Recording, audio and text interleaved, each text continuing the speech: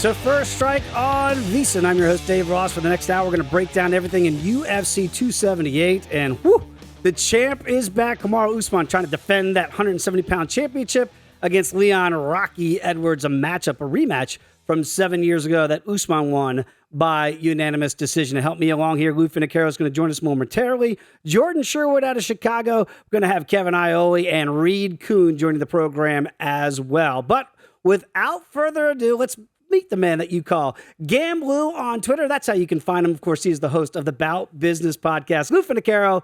Lou, it's always great to catch up with you, my friend. We talked on Tuesday on First Strike, First Look, shameless plug.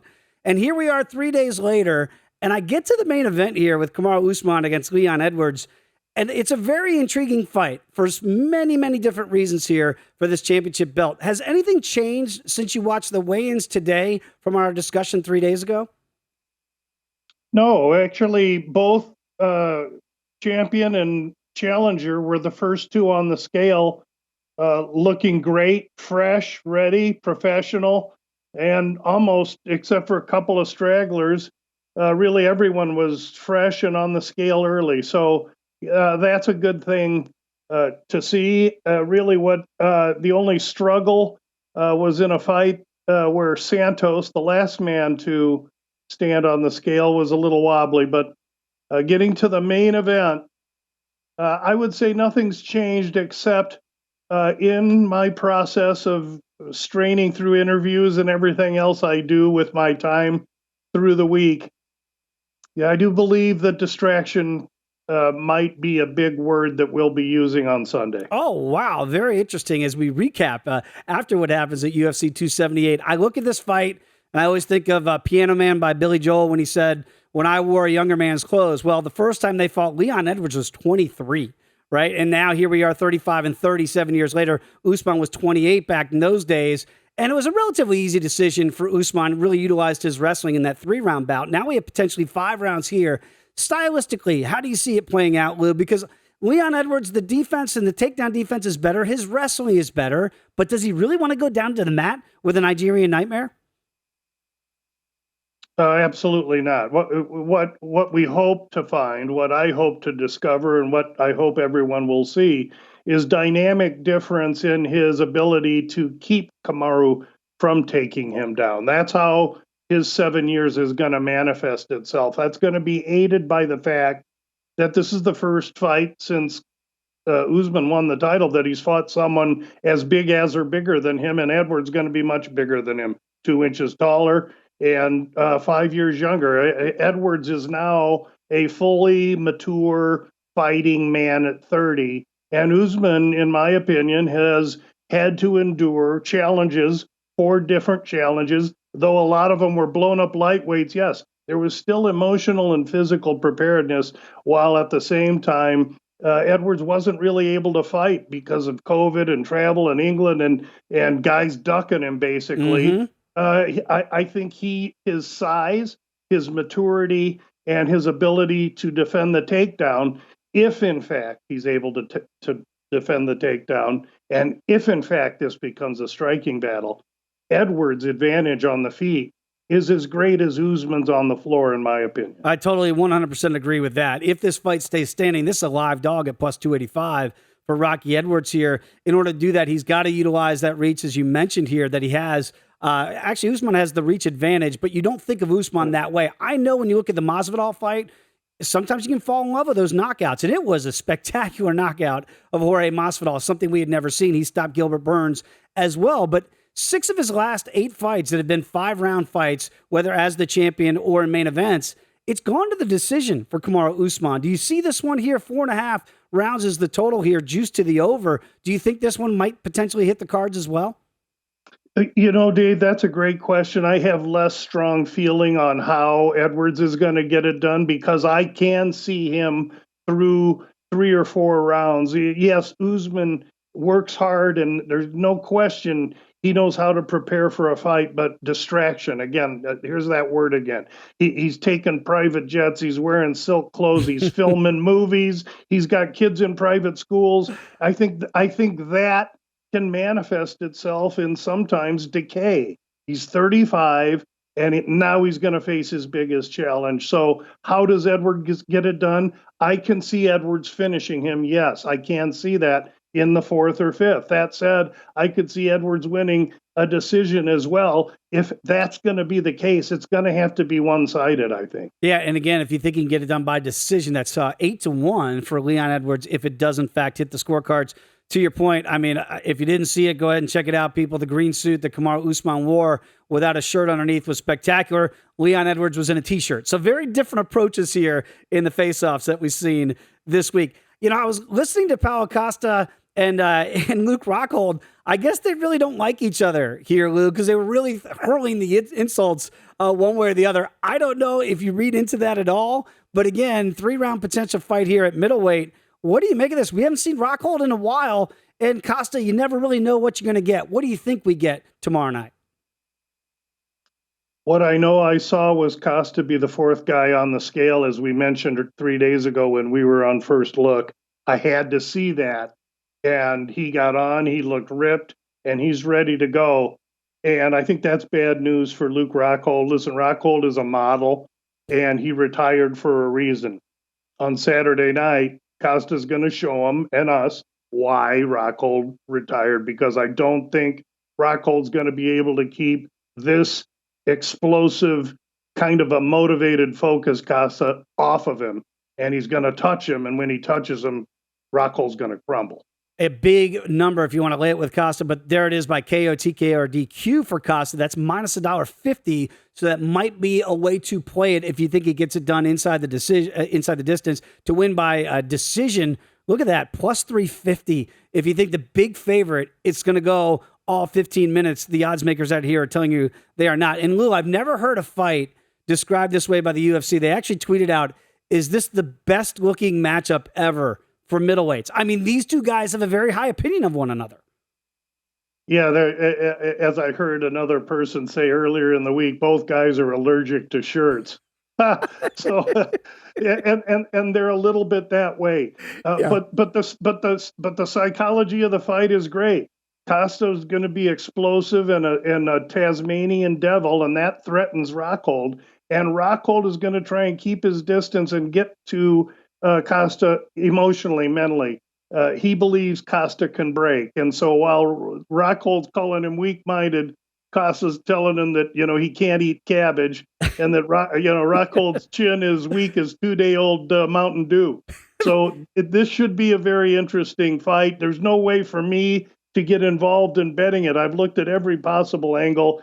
I'm not going to pay minus 150 for Costa inside the distance or minus 175 for him KO, TKO. I'm going to watch the fight, but I expect him to finish Luke Rockhold. Yeah, I'm right there with you. I really don't know what to expect from those two guys because you really never know the motivation. And to your point about Rockhold coming back out of retirement for this fight, we'll see how that plays out. A guy that might never retire, and if he doesn't, I'm fine with watching the King of Rio get back out there. And Jose Aldo, now down at bantamweight, been very competitive. He's won his last 3 in the bantamweight division after a couple stumbles when he moved down from 145. Now he takes on Merab Dvalishvili here. And you look at Dvalishvili coming off that win against Marlon Moraes, but his 6 prior victories before that were all unanimous decisions. So I look at it, Lou, and I go, if this possibly hits the cards, you know who the Salt Lake City fans are going to be rooting for. What type of fight do you see between Aldo and Merab in this one? Well, the bookmakers have aligned the fight at 2.5 over minus 220. So they see decision. And I don't know that I can disagree with that. I think this can be a very, very competitive fight. For Dvalishvili, he has to get this fight to the ground. That's foundational for his success. And for Aldo, he's got to keep it standing. I think that's foundational for his, because each man's overly dominant in each area. The issue is Aldo is much more well-rounded, and his takedown defense is obtuse. It's hard to take him down. He's much larger, and he'll be the much larger, heavier man than Dvalishvili in the cage on Saturday night. Dvalishvili has been fighting guys like Stamen and John Dodson that are smaller than him. He's 5'6". Even Morris at 5'6", smaller than Aldo. So this is going to be a bigger guy. And I think that Merab is going to have dynamic difficulty getting Aldo down. And I think that if it's Aldo's fight, I don't put it past Aldo to win a decision or to finish him, because Merab will be charging in. And does he find a knee, an elbow, or something as he's coming in? I think this is a good spot for Aldo. And I know the market disagrees with me, but all the market has done all week is added CLV to Aldo's side. So I'll take it. Yeah, up to a plus $1.20 here at DraftKings. And remember, when this fight was initially announced, it was Aldo who was the small favorite. Now, to your point, the plus dog. Got about a minute to go, Lou. When people check out the Bout Business podcast, what do they get each and every week? Just recorded. They're going to get 16 minutes of this week, 5 releases that we track each week and monitor our profitability. We're profitable into this week and looking to build upon it. I appreciate you not only mentioning that, Dave, but having me on this great program. It's a great watch, and people can learn from every different kind of opinion watching this show. Absolutely. And I got to say, you're mom's favorite back home in Virginia Beach, Virginia. So, Lou, appreciate you each and every week here on First Strike. Enjoy the fights. We'll catch up again next week, my friend. Thanks. Good luck, everyone. And thanks, Mom. There he is, Lou Finocchiaro. Follow him on Twitter at Gamblue. When we come back, going back to Chicago, Jordan Sherwood joins us next here on First Strike. It is VSiN, the Sports Betting Network.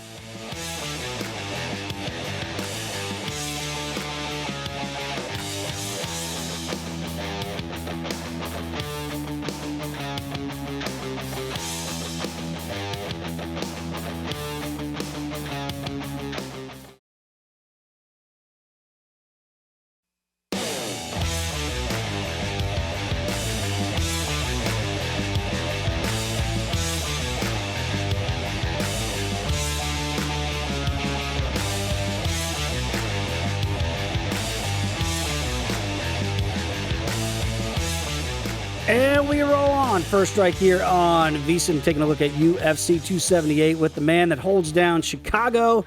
He is Jordan Sherwood. You can follow him on Twitter at Woodon1063, and the host of the unnamed MMA podcast. Still no name, right, Jordan?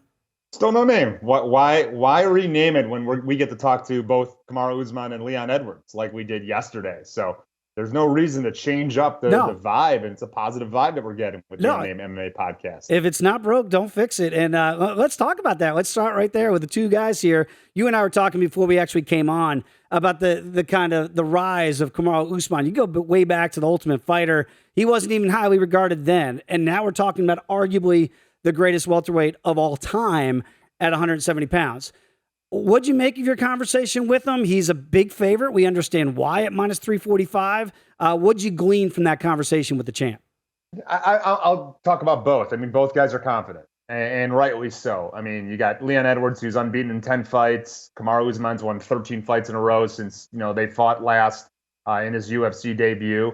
But just how much Kamaru Usman has evolved. I mean, and evolved as a fighter since the last time that they fought. I mean, we were just talking about it. He came in on the Ultimate Fighter reality series as a wrestler, and a pretty good wrestler, and really for the first 4 or 5 fights in his career, that's really all he needed to win fights. But then he evolved as a striker. He evolved his cardio. He evolved his all-around game. Got himself associated with an outstanding team, and really, look, he's in the conversation now. Not just the greatest welterweight of all time, one of the greatest fighters of all time, and I don't see how you can argue against it. He has fought the who's who in the welterweight division, has welcomed on all types of challenges, all types of contenders. And look, Leon Edwards is next in that long line of guys that Kamaru Usman, I think, is going to once again prove himself to be one of the greatest fighters that we have currently on the roster. Yeah, it's a great point. And again, Edwards hasn't lost since he lost to Kamaru Usman 7 years ago, the first time these guys fought. And to your point about that long winning streak, Edwards has clearly gotten better, right? We know now his takedown defense is much better than the first time when they fought. But even though you've excelled and gotten a lot better in that category, that's still Kamaru Usman's world. That's where he lives. That's where he thrives. Is there any danger that Usman, after the knockout of Masvidal and taking care of Gilbert Burns in short order, that he falls in love with the hands a little bit? Or do you think he's still going to be the same Kamaru Usman, which is mix it up and you don't know what's coming next? I think we're going to see the same Kamaru Usman. I mean, because look, we saw it against Colby Covington as well. You know, Kamaru Usman's got unbelievable power for the welterweight division. And I certainly think he's going to look to showcase that. But his bread and butter is the wrestling. We've seen actually in his last fight, Leon Edwards get tagged late in the fight against Nate Diaz. But I think also Kamaru Usman's a smart fighter. Kamaru Usman knows where his strengths lie and where he's going to have to look to take this fight to the ground, and I think that's what he's going to do. I think he's going to look to kind of just suffocate Leon Edwards and take advantage also of, I think, a cardio advantage that he'll have over Leon Edwards. And yes, you are absolutely right, Dave. Leon Edwards has evolved as a fighter since the last time, but there are levels to this game, as you know. I think Kamaru Usman fights a smart fight, but he fights a gritty and grindy fight. So that's why I'm actually leaning Kamaru Usman to win the fight via decision, because there's more value, obviously, there. And obviously, then I like the over as well, even though it's juiced heavily to the over. Yeah, that's how you can really shorten that price tag. And Kamaru Usman, if you like him like Jordan does via decision, DraftKings will give you minus $1.20 there. I'm kind of with you as well. One of my better plays for the week is the over the 4.5 rounds. If you think it's going to go all 5, there it is at minus 150. That's certainly where I'm leaning. So I'm right there with you in how stylistically this fight is going to go. Another fight that I think you and I agree on stylistically is what we might see in the co-main. I don't know exactly what we're going to see between Luke Rockhold and Paulo Costa, but it's probably going to be wild. What do you make of this matchup here at middleweight, which is being billed by the UFC as maybe the sexiest matchup ever in the middleweight division? Good. I'm glad you said sexiest matchup, because I'll accept that. I won't accept that the winner of this fight, or especially if it's Luke Rockhold, is in line for a title shot. I think that's preposterous, and I've heard that narrative by some people. I don't know what we're getting with Luke Rockhold. I mean, this is a guy that was out of the sport. He was done. He was retired. He had been finished in his last 3 fights. He went up to light heavyweight. That was a terrible experiment. Now he's cutting back down to 185 at 37 years of age, and he's taking on a berserker, a guy that's called the Eraser, and he's called the Eraser for a reason, because he is carved out of stone. He hits hard. He hits with tremendous volume, and he's got very good cardio. We saw that on display in the Yoel Romero, and even in his last fight, in that catchweight fight against Marvin Vettori. I don't like this fight for Luke Rockhold. I think Luke's going to probably have to go back and get this fight to the ground if he can, which means that he's going to have to close the distance against Paulo Costa, and that I think is a recipe for disaster. And I just don't trust the chin anymore of Luke Rockhold. So I'm all in on the under. I think we're going to get a quick finish. Both of these guys do have something to prove, because, look, if Rockhold gets the fight to the ground, I also think it's over, because I don't know if Paulo Costa, outside of using his brute strength, that's what we know about him. If he gets the fight taken to the ground, he doesn't really have a Brazilian Jiu-Jitsu grappling background. He just uses strength to get up. That's not going to work against a top-tier, top wrestler like Luke Rockhold. But my play is Paulo Costa on a finish, the KO, TKO, $1.50 price you see there on the screen. I like that, and I like the under. I think someone's getting finished early in this fight. I'm right there with you. I'm playing the under as well. It's minus $1.10. Now, you could have got plus money early in the week at DraftKings, so you see where the public sentiment certainly, and maybe some sharps moving that number a little bit to minus $1.10 for the under a round and a half. And again, I just can't get the thought out of my head. What did Michael Bisping call it? Left hand Larry that knocked out Luke Rockhold to win the middleweight crown way back when. So you get knocked out by pillow fists knocked him out. You get knocked out by Michael Bisping. Love Michael Bisping, with Paulo Costa hits a little bit harder than the count does. So that could be a very interesting fight there. When you look at Jose Aldo against Merab Dvalishvili here, and again, I'm just amazed that Father Time has not gotten to Jose Aldo yet. I know that now the betting market has shifted towards Merab in this fight. Maybe they're thinking it's going to finally catch up to him with a guy like Dvalishvili, who is one of those blanket wrestlers, right? He really wants to smother the cage, take away your mobility. Can he do that against the King of Rio? Which way would you lean in this one? I'm going to lean the King of Rio. I mean, here's the reason why. 3-fight winning streak against some very top-tier talent in the bantamweight division. Now, obviously, prior to that, the Peter Yan fight, the Volkanovski fight, the Holloway fights come to mind. But Jose Aldo has feasted on guys like Merab Dvalishvili that hunt for takedowns, are top-tier wrestlers. The stand-up's a little bit questionable. And we saw Merab get tagged in that fantastic fight his last time out against Marlon Moraes. If you haven't seen it yet, go back and watch those 2 rounds. It is unbelievable. Mm-hmm. But Jose Aldo, I think, his takedown defense, his striking is going to be enough even to survive a guy, Merab Dvalishvili, who's got, 50 takedowns in the UFC? Yeah. It's unbelievable. Father Time, I don't think, catches up yet with Jose Aldo. I like him as an underdog. I'm going to play him for sure. But I wouldn't be surprised if it's Merab Dvalishvili's time. He's obviously had a great camp. Certainly believe he will evolve as a striker, but I don't know if he's on the all-day level just yet. Right there with you. Go back and watch that Moraes fight against Merab Dvalishvili. Unbelievable 2 rounds of action there. It showed you that Merab, even when he looked down and out, could still come back and flip the turntables a little bit on that one. So we'll see how that plays out. Very quickly, any thoughts on Willian against Lucia Pudilova here? Because right now Pudilova is a small favorite at minus $1.20 in the women's bantamweight division. Why is this fight on the pay-per-view? I mean, that's my first thought. Yeah. The second thought is, Pudilova, I think just her aggression, the volume, I think is going to be enough. I think we're looking at a natural, women's fight on the over. Certainly, I don't think either fighter is going to get a finish. But Pudilova just slightly reflecting kind of a pick'em fight. So that's where I would reside my selection as well. But it's not going to be an official pick for me for sure. Yeah, and again, the top 3 fights of this pay-per-view certainly are very intriguing and maybe a little bit lackluster when you look at Tyson Pedro back into the octagon, over a $7 favorite against Harry Hunsucker here. How do you handicap a fight like this where you look at it and you go, well, this is such a mismatch. You can understand why. Is there a puncher's chance for Hunsucker, or do you think this is priced accordingly? Well, there might be a puncher's chance. He looked good on the scale. I was surprised that he looked good cutting down from heavyweight to light heavyweight. But my play is going to be look to take advantage of Tyson Pedro's skill set, and I think he's going to look for a submission. He did get a TKO the last time out against Villanueva. This time, I think the submission prop is the play. Tag Hunsucker early, get on top of him, snatch an arm, snatch a neck. Although Hunsucker doesn't really have a neck, so snatch the arm. Plus 275, for Pedro to win via submission. So that'll be my play. If you want to get cute, I think it's plus 300 in the first round. I don't think that extra value is worth it. So Tyson Pedro gets him out of there really quickly. There's a reason why they put him at the start of the pay-per-view against a guy like Hunsucker. They expect Tyson Pedro to win and win pretty convincingly. And again, I think that's a great rule of thumb for everybody out there. Certainly if you're new to UFC betting, you don't have to lay the over $7 price tag here. Find other ways to be profitable, because if you get the one-punch knockout surprise, that's a lot of units you got to try to make up if you lose a big one like a 730 favorite. Hey, Jordan, really appreciate it, man. Great job on the pod, and appreciate you each and every week here on First Strike. Always good to talk to you, Dave. Enjoy the fights. There he is, Jordan Sherwood out of Chicago. Give him a follow at Wood on 1063. When we come back, the pride of Pittsburgh, Kevin Iole joins the program. Come on back. It's First Strike here on VSiN, the Sports Betting Network.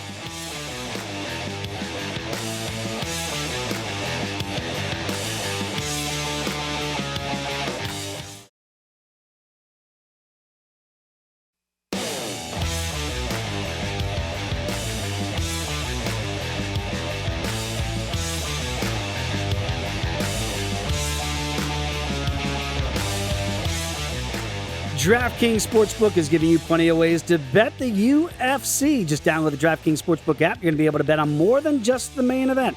DraftKings has great odds on fight lines, total rounds, and futures for all MMA events.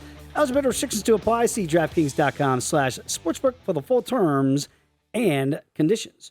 We roll on First Strike here on VSiN. Dave Ross here. Now a pleasure to be joined by Kevin Iole from Yahoo Sports. Does a great job covering all combat sports for Yahoo. Follow him on Twitter, as I do, at Kevin I. And Kevin, before we get into this big UFC 278 card, I got to ask you about Oleksandr Usyk against Anthony Joshua here, because I look at Joshua, a small dog here for Anthony. Has seen about a plus $1.60 in this fight against Usyk, who's over a $2 betting favorite. What do you make of this heavyweight matchup? Well, first of all, it's the first time in Joshua's career that he's been an underdog, so that should tell you something. But, I think it's going to be a similar fight to the last time that they had, where Usyk kind of won going away. He won 8 or 9 rounds, depending on which judge you talk to. The British judge had it close, and it was in London. But I think, Usyk has that amazing ability, like, say, of Vasyl Lomachenko. He has that footwork to get himself out of trouble. He's a great boxer. He's awkward. And what he's proven in these last couple of fights, including the win over AJ Dave, is that he has the ability to be a heavyweight. He won the cruiserweight championship. He, as an Olympian, he won the heavyweight gold medal the same year Joshua won the super medal, heavyweight gold medal. But he was always a smaller guy. And that was the question of him going up. Could he handle the size of these big heavyweights? And he proved without a doubt he could. And he's such a good boxer. I like him to win this fight, no doubt. Ooh, and very quickly, I know that Tyson Fury, the Gypsy King, has said he's just going to wander off into the distance and he's done with boxing. the winner of this fight, you know how it is with heavyweights. They never retire, Kevin. Have we seen the last of Tyson Fury? I don't think so. I mean, there's going to be. Think about this. These two guys are guaranteed $75 million for Saturday night's fight.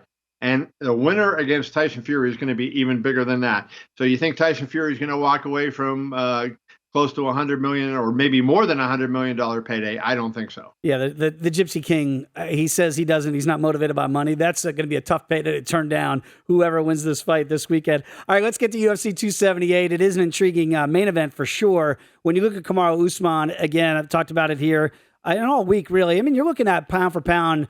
I think he's at the top of the food chain right now. And then you talk about all time when it comes to the welterweight division, if Kamaru Usman is, in fact, the best. I wonder, does legacy start to creep into his mentality here, or does he keep it simple and keep doing what Kamaru Usman does to grind down another victory against Leon Rocky Edwards? You know, that's what he said the other day when I talked to him, that he doesn't think at all about all those things. He said that if he keeps doing his job, I'm going to get everything that I want to get. And so I have to go out there. And he said, I'm as hungry today as I was for my pro debut. And that's hard to believe for a lot of people because he's made millions of dollars. You know, he's pound for pound the best fighter in the world. You know, some people think he's pound for pound the best fighter of all time. Mm-hmm. I don't think he's there quite yet, but he's certainly at least in that discussion. And it's hard to imagine that he's able to put all that aside, but he insists absolutely that's the secret to my success. So if he does that, you know, he beat Leon Edwards in 2015 when they met the first time, when neither one was really well-known of a fighter. Since then, Leon Edwards has won 9 in a row with a no contest. Usman's won 13 in a row.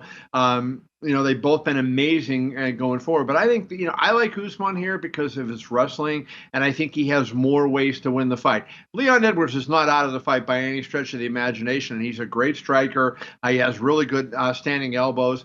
And I think he's a smart guy in the ring. But I think when push comes to shove, if there's trouble, Usman has that wrestling to rely on. He's never been taken down, and he's one of the best at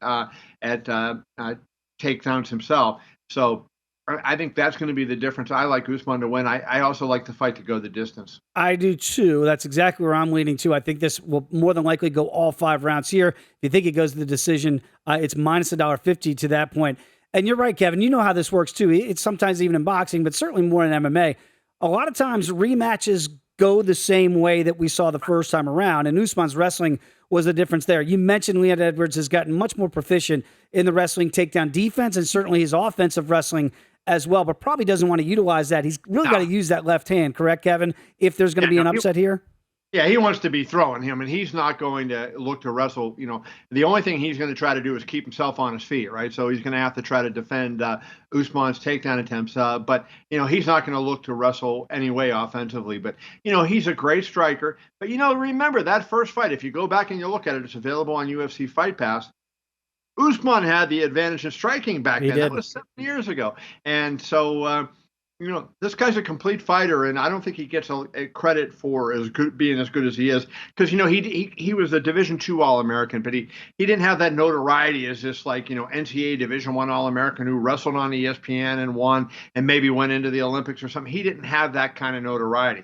But, boy, can this guy fight. I mean, he has everything you want in a fighter, and he's always in magnificent condition. No question. And, Kevin, you're right on. You think of guys like Daniel Cormier and Justin Gaethje when they came into the UFC from other organizations, they always had that wrestling pedigree to fall back on with higher acclaim. Kamaru Usman, when you define mixed martial artist, there might be a picture of Kamaru Usman. That's how well developed his game is. Let's go down a division here, and I'll go down to the lightweights with Leonardo Santos against Jared Flash Gordon in this one. Gordon here is a solid favorite, about minus 265 here. What do you make of this matchup for the lightweights? You know, I think this is an interesting fight. And, you know, a lot of times when you see Jared Gordon going against a guy who's a black belt, it makes you hold your breath a little bit. But I think that Leonardo Santos is a different kind of black belt. You know, he's not a guy that is looking to shoot doubles and take you down. I mean, you know, he's a guy that's content to strike. You know, he has some pretty good hands and he can do some things. But I also think, you know, he's a guy like he'll do trips and judo throws and fight, you know, clinching along the cage and then do that kind of stuff. And I think that's where Jared Gordon's striking is really good. The dirty boxing on the inside. Gordon has really heavy hands. And so I like Gordon. I don't like to lay that much with a guy that, you know, is up and down as Gordon is. But I think in this fight, the matchup is a really favorable one for Gordon. So I like Jared Gordon to win this fight. If you don't want to lay the big price tag there, Kevin, would you think about the KO, TKO, DQ prop for Gordon, which is plus 225? So instead of laying the 265, or do you think this might hit the scorecards and therefore nullify that plus money? Yeah, I think there's a chance it hits the scorecards, but I'll tell you what, Gordon is a hard hitter, and I don't think Santos is going to be afraid to exchange hands with him. So, if Gordon can catch him with an uppercut or something when they're, on the inside, he could finish it. I mean, so that's a way that you could, maybe save a little money by going that route. But I'm just going to go ahead and lay the money and play Gordon to win. I don't age discriminate at all, Kevin. But when you look at a 42-year-old guy in Santos versus a 33-year-old in Gordon, that's got to lean you to the younger guy's way, right? You never hear me complaining about old guys, right? So. You and I, we're not going to complain. We always root for the old guys, that's for sure. Let's talk about the women's bantamweight division. Wu Yanan against Lucia Pudilova here. Pudilova, a small favorite, minus $1.20. Yanan here, plus $1. What do you make of this matchup here for the bantamweights? Well, it's two fighters that desperately need a win, right? And it's kind of amazing. When they win, they usually finish. When they lose, they usually lose by decision. So it's kind of like what happens with them? What's their mentality? I think a lot of it is part due to approach. I'm going to not pick a winner between them. I'm going to go with, I think it's going to go the route. I think you're going to see these fighters fight cautiously a little bit and play for a decision. So I'm going to go ahead and play fight will go 3 full rounds. And again, if you think it's going to go the distance, that's minus 330 there. Now, if you want to pick a side with it going the decision, you go pick Wu Yanan at plus $1.50 and small money on Pudilova at plus $1.30. So I'm picking up what you're putting down, Kevin. If you're not really sure which way it's going to go and what feels like a pretty even fight, the fight to go all 3 rounds might be the better way to go. When you look at Harry Hunsucker in this main event, on the main event card against Tyson Pedro, nobody likes to lay 730 in any fight here, but it does feel lopsided here. Is there any better way to handicap this, Kevin? Or do you just go, well, if you like Pedro, take him by KO, TKO, or DQ if you think he's going to walk through Harry Hunsucker? Yeah, and I think he is, right? So, I mean, that's going to be the big thing here. Harry's, I think his only shot is, just throw a big wild punch and catch Pedro coming in. Pedro's a complete fighter. I like him in the fight, and I think, Pedro wins this by KO. So if you like him by KO, you really shorten that price tag down to minus 225 for the big favorite. If you think he might, sink in a choke there and get the sub, if he gets him hurt, that's plus 275 if you like to find the better options there instead of laying that big money in 730 right now in Tyson Pedro. I know a lot of people like to play those dogs, but Kevin, I'm with you. I don't see a whole lot of value in it. How do you do this very quickly in the final minute, Kevin, when you got boxing and you got UFC going on at the same time? Are you watching every screen you have? So it's going to be crazy. So tomorrow, so I'm not going to be at other events, so I'll be at home. So I got Joshua. Joshua's going to walk between 2:30 and 3 o'clock Las Vegas time. So that'll be right when the UFC undercard's starting. So I'll focus on Joshua and Usyk till that's done. Write my column. Switch back over to UFC. It'll be easy. I've done much worse before, believe me. A man after my own heart. You can't get enough combat sports. Watch one of them, flip over to the other. Kevin, appreciate you as always, my friend. Enjoy the fights. We'll catch up again next week. There he is, everybody. Kevin Iole. Follow Kevin at Kevin I. When we come back, the analytical thoughts of Reed Kuhn next on First Strike on VSiN, the Sports Betting Network.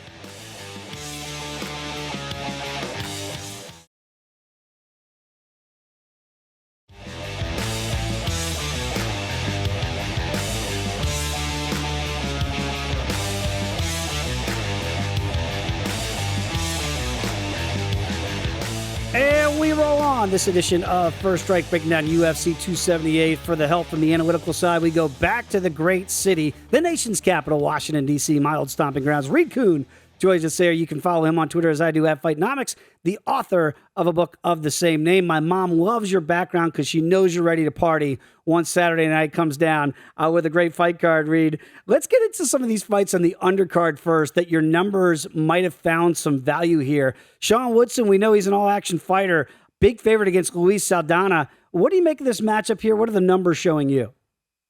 Yeah, this is probably like my weakest stab, but again, it's a value play, right? When you see an inflated line, and we do have a lot of big favorites this week, we have a lot of 3-1 favorites. You're just looking for something that's closer to a coin flip.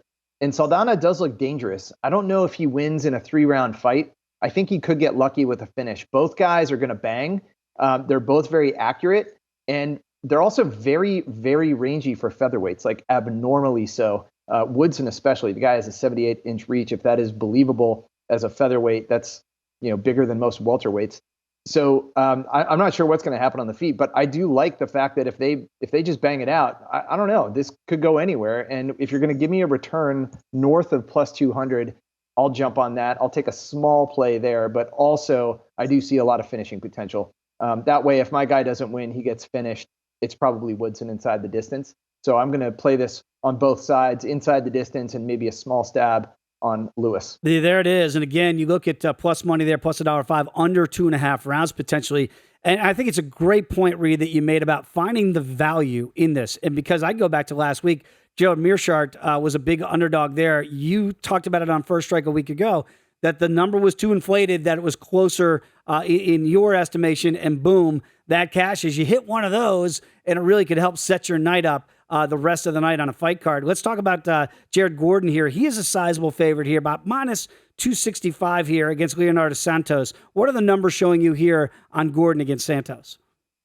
Yeah, the first one that jumps off the page is Santos is now 42.5. That is very rare. He is flirting with oldest fighter on the roster at this point. He's been very inactive recently. When he was fighting, though, man, he was really good. He was riding a streak. He was even winning fights at the age of 40, which is unusual. He has good hands. He has knockdowns. He has submissions. He's a finisher. But honestly, at that age, he's fighting a much younger guy and a guy who is willing to grind it. He is going to wrestle. Gordon is going to go after takedowns early and often. And I just believe that Santos won't stand up to that for very long. He does have 87% takedown defense. I don't know how long that lasts, though. When you're getting, repeat attacks from a wrestler, and I think that's going to be a theme in many fights on this card, eventually you go down. So I like Gordon, the wrestler here, one way or the other, and as long as he stays out of trouble from submissions and top control, I think he kind of coasts on this if he can get it where he wants it. And Reed, very quickly, when people hear wrestler, right, sometimes they think, well, if he gets the fight down, he gets the control, does he look for a sub or does he go ground and pound if people are trying to find the manner of victory to shorten the price tag a little bit? Plus 225 if you think Gordon get it done via KO, TKO, or DQ. 9-1 if he tries to look for a sub. But that's probably not the way that Gordon would go, right, if he does get the ground control?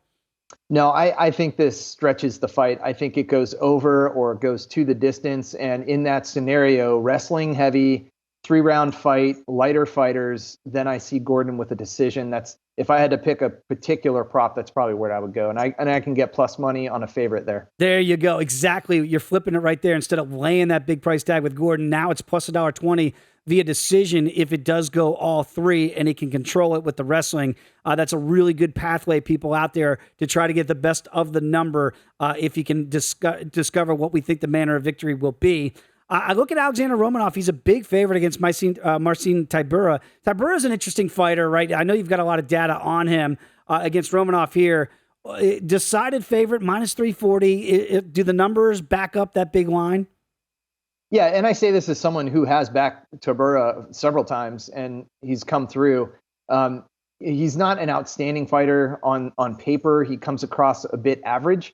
Especially as a heavyweight, he's only scored 1 knockdown. He's been dropped 4 times in return. So is he as much of a threat with his hands? He's got accurate hands, but they just kind of pair up very evenly on the feet. So knowing that Tybura isn't known for one-punch knockout power, I think that buys Romanov some time. And what I said about Gordon attempting a lot of takedowns, double that for Romanov. So he is attempting takedowns at a furious pace. 1.5 per minute while standing. So as long as he's in open water, chances are he's just waiting for that moment for a takedown. And when he gets on the ground, he's been very good at control, while Tybura has been controlled very often. He almost never ends up in top control. So he doesn't really have a submission game to threaten there. So I think this is probably Romanov rolling with ground and pound, and they are heavyweights. I'm not going to pick a total here, but Romanov becomes my guy who is a more safe parlay anchor. And there it is, too. Look at all the plus money here on the Romanov side here. Win by decision, which is risky, to your point, because he could look for a sub or get that ground and pound stoppage. Win by decision is plus $1. By finish, rather, is plus $1. By decision is 2-1. Sub is plus 350. KO, TKO, DQ plus 165. So the odds makers are telling you, Reed, right there, he can win this fight so many different ways. Yeah, exactly. With wrestlers, with ground and pound guys, he does have submissions. That makes him very dangerous in all ways. But I'm going to sit back and just bank all of those little winning plays that he might have and just pile them up on taking a side here. I like him at the side. I'm not going to try to outguess myself on the finish. And I'm still mad at Paddy the Batty a couple weeks ago in London because I had him by KO, TKO, or DQ. What does he do? He gets the fight down to the ground, sinks into sub, so you can lose it that way. So sometimes don't get too cute, to Reed's point. Let's talk about Merab Dvalishvili here against the King of Rio in Jose Aldo. Look, I marvel at guys like Aldo that you can go down a weight class here when he was arguably one of the best featherweights we'd ever seen at 145. He's a winner of 3 in a row, but Dvalishvili, that smothering style that he has at 135 pounds, what is the data showing you? Because I know you have tons of it on Aldo. Yeah, we've got plenty of Aldo data, and I've even gone against him a few times, and he's come through. He continues to perform at a very high level, even though he's advancing in age and cumulative damage. He still proves that he's one of those guys. And just think about, I saw him today. He looked terrible on the scale. He often looks bad on the scale, and yet he still comes through and puts in 3 rounds. Now, he's maybe not a 5-round fighter the way he used to be. He used to kind of fade, but he used to build up so much momentum he could coast and survive. This fight, he is going to have to wrestle, and I think he's also going to be in the clinch a lot. Merab tends to use the clinch, and that is often a proxy for how strong a fighter is. Like guys like Kamaru Usman also tends to be in control in the clinch. That wears you down, and it eventually gets you to the ground. While Aldo has 91% takedown defense, believe me, Merab is not the first guy to go in there and think, oh, I'm just going to wrestle him because his hands are so good. Everybody's tried that. Very few people have done it effectively. Merab might be one of those guys. I think if he's going to do it, he's going to have to lean on Aldo against the cage and set up those takedowns. And it's very interesting there. If you think he can get a submission, 11-1 long shot for Dvalishvili to get it finished via sub, KO, TKO, or DQ. Also kind of a long shot at plus 550. It feels like what they're telling you is by decision, if you like Merab, you could get that at plus $1.30. Do you think this fight goes the distance? I do lean the over on this one. I know it's kind of juiced, but again, I'm banking on Merab to be a wrestler here, and I know that Aldo is very hard to finish. So even assuming that we're in a winning spot, I don't see Aldo as going quietly. Got a couple minutes to go here, Reed. I want to get the thoughts on the top 2 fights here. Luke Rockhold, a sizable dog, talking a lot of smack there with Paulo Costa here. What do you think you're going to see with these 2 guys who sometimes can be maybe a little bit unpredictable? Yeah, Rockhold, it's tough. I have a long history with Rockhold, known him from back in the day, used to provide him numbers. He is still one of the most gifted finishers, like dual threat fighters. He's excellent long range striking. He's very lanky, and he has good kickboxing. And then on the ground, he does some unorthodox things. He's been very good. His submission game is arguably better than his striking game. The problem has been the chin, obviously, but that came against some pretty heavy hitters. I mean, he was fighting strikers when he got knocked out, and he certainly took way too much risk against Michael Bisping when he lost his belt. Since then, it's been a lot of trouble. Costa does have heavy hands. Now, on paper, they're not quite as heavy as some of the guys that Rockhold has faced, and Rockhold does seem to be more motivated than ever before. So I'm actually going to take a stab at Rockhold here. I even took a long shot flyer on Rockhold by submission. Ooh. I think I think we're getting more than 10-1 return on that.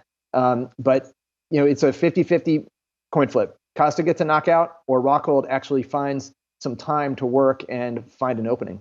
Only have 30 seconds to go for the main event, but Usman's a big favorite. Do you think he still claims that crown, the mythical one, of the best fighter in the world? Does he walk away with that title still intact? I do think he does. I know the price is inflated. This is actually to the point where I'm not going to bet the straight line. I think the value is gone there, but that still means I agree that he should be north of a 3-1 favorite. He is probably going to win. The difference, again, is the wrestling. The same factors are in play. They're both good strikers. Rocky is great with his hands, but he's going to get clinched. He's going to get put on the ground, and maybe there's a finish, but Usman, yes, yeah, still. It's gonna. That's where it's leaning. Thank you very much, Reed. Enjoy the fights, everybody. We'll see you next week on First Strike on VSiN, the Sports Betting Network.